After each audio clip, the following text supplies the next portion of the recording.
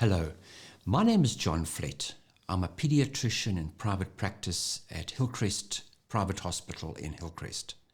And I'm a doctor who specializes in neurodevelopmental problems, but I'm also a general pediatrician. And I have a lot of experience in dealing with children's vaccinations and looking after children when they're sick as well as when they're well. In other words, preventative medicine. And I'd like to talk to you about the COVID vaccine. And I'm going to have a really heart-to-heart chat with you. And let's get down to the brass tacks and talk about what is going on with people's attitude towards the COVID vaccine. I've been trying to work this out over the last several months. You know, during this time last year, we would only have fantasized about having a vaccine that could potentially take us out of this almost impossible situation, a once-in-a-lifetime situation. And yet, you know, if we had asked people last year, maybe there would have been queues, lines of people waiting to have the vaccine. But 1 year on, we have these vaccines, we have a whole host of vaccines, and the vaccines have been rolled out in other countries, Europe, United States, big uptake of vaccines. And yet, now in South Africa, there are no queues outside the vaccine clinics. You know, I mean, there are queues of people waiting to get their license renewed. I myself had to wait. It took me a whole day. You know, Home Affairs, queues of people. Queues outside all government institutions. And yet, why aren't South Africans taking up the vaccine in the way they should? So that's what I want to talk to you about. And I want to talk about risk. You know, when I talk to families and parents about vaccines, and, you know, when we talk about children and vaccines, I'm not talking about all those anti-vaxxers that don't want to vaccinate their children. I'm talking about parents who've had their children vaccinated. They've clearly been vaccinated when they were children. And yet when it comes to vaccinating themselves as well as their children, there's this confusion. There's this hesitancy. There's this kind of, I don't know what to do. You know, I've got this skepticism. For the first time, they're starting to question everything. And what are some of the arguments? Let's just hear them. You know, I hear it's been developed too quickly. You know, I mean, the resources, the money, the collaboration, and the coming together of minds, of scientists, and the effort that's been put in has been so monumental that it would have kind of taken 50, 60 years to achieve the same results if it had taken one nation, one set of scientists. So that's the reason it's been developed so quickly, because we put our minds to it. I don't know what people want. They want, you know, if it took another 40 years, do they expect half the human population to wiped out and then they'd be happy? I don't know. And also, you know, the vaccine, there's a skepticism about, there can be cultural skepticism, you know, that governments are trying to exterminate, trying to wipe out people, trying to control computer chips. I think all that's now kind of disappeared. But let's be honest, you know, the people who are against the vaccine, they think a little differently. And that's fair enough. You're allowed to think differently. But let's talk about children. So when the parents that I talk to about COVID vaccine, they are not interested to even consider it in children because I guess they're not happy taking the vaccine themselves. So I think the issue is dealing with the risks. Let's talk about what is risk. You know, living on planet Earth is a risk. Every day, getting out of bed, getting into your car, on the road. Let's just think about what are the other things that put our lives at risk, and then let's look at the relative risk of the vaccine and the COVID vaccine. Think about it in a balanced way, not in an emotional way. This emotive sort of reaction. Because With vaccine, as a pediatrician, I have seen the most incredible impact on children's lives. You know, if you're in Europe and you're going through cemeteries, have a look at the number of children that died prior to the introduction of big vaccines in the 1930s and 20s. Their parents had 10 children. They called two of them John because one used to pass away. Since the introduction of vaccines, it has been incredible. So you're talking to somebody who's seen over a medical pediatric career the impact and the enormous impact on children's lives. We hardly ever see meningitis because of vaccines.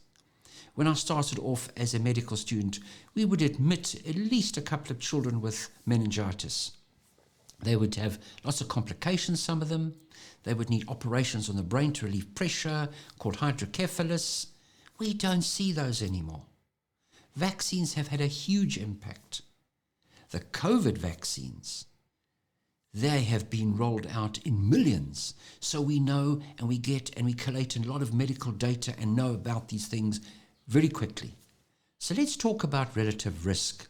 And I'm going to show you a couple of points just to draw your attention to what is the risk. Parents often think about the clots, the heart issues.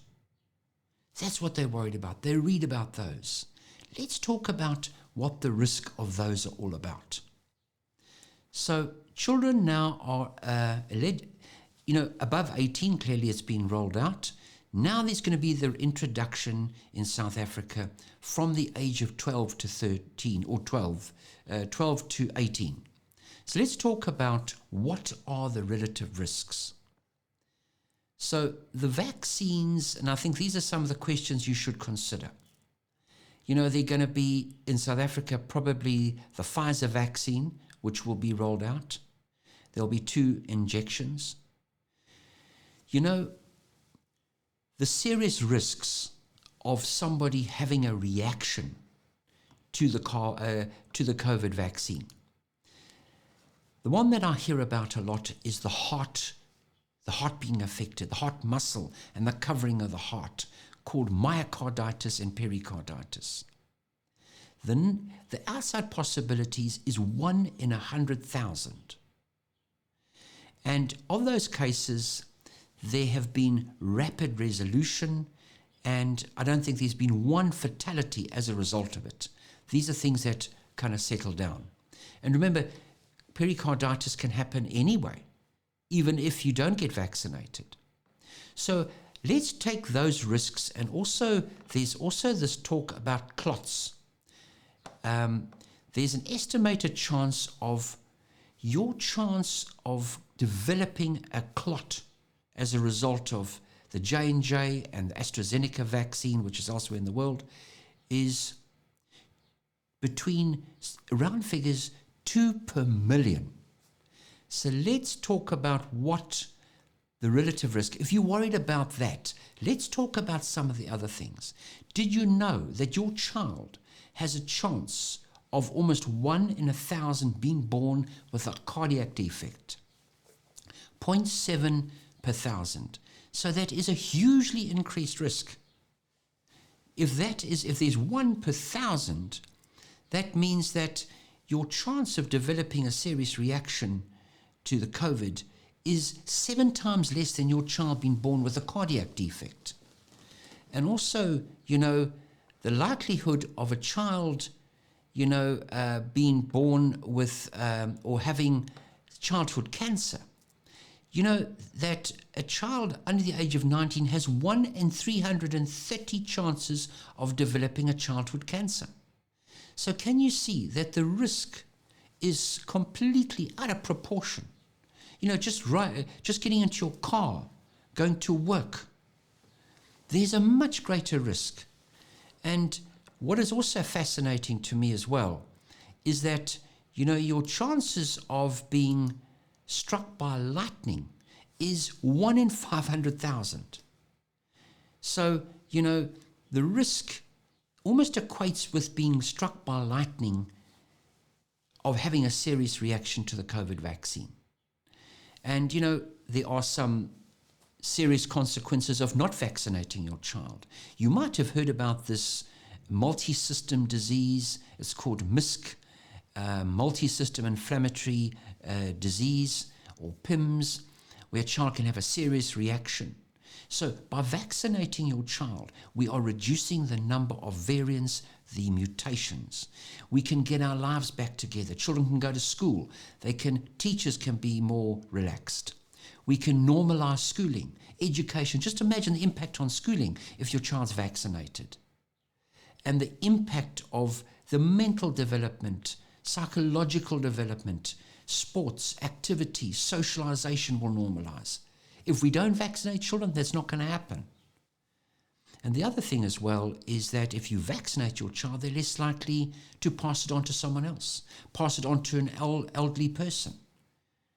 You've got to start off by vaccinating yourselves as parents.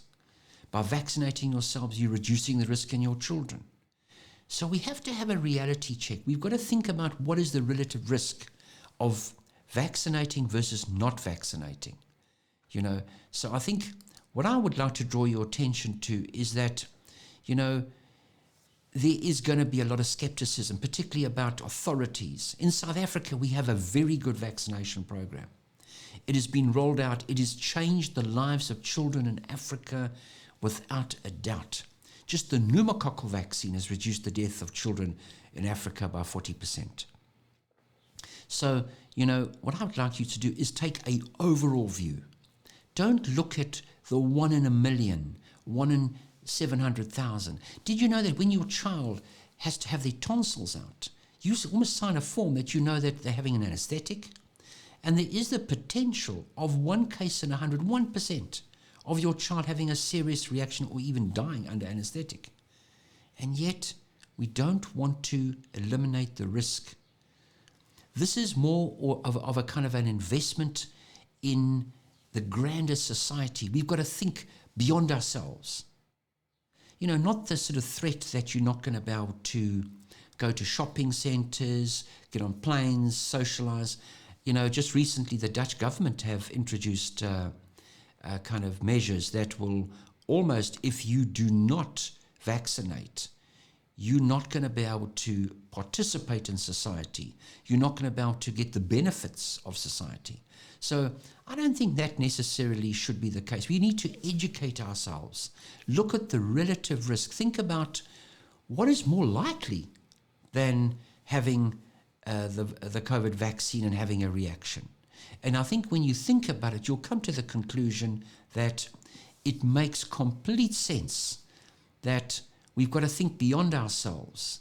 Think about not just the vaccine and a very rare risk, which is so minimal, that it means that we can start to normalize society.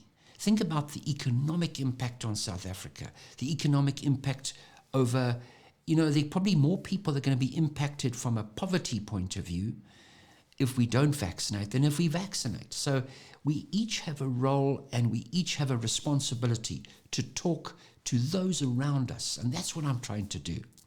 If you have any comments or any queries or any arguments against this, I'm only too happy to hear about it. And I'll be thrilled if you wouldn't mind posting your comments, please, in the Facebook page. Anyway, think about it and get back to us.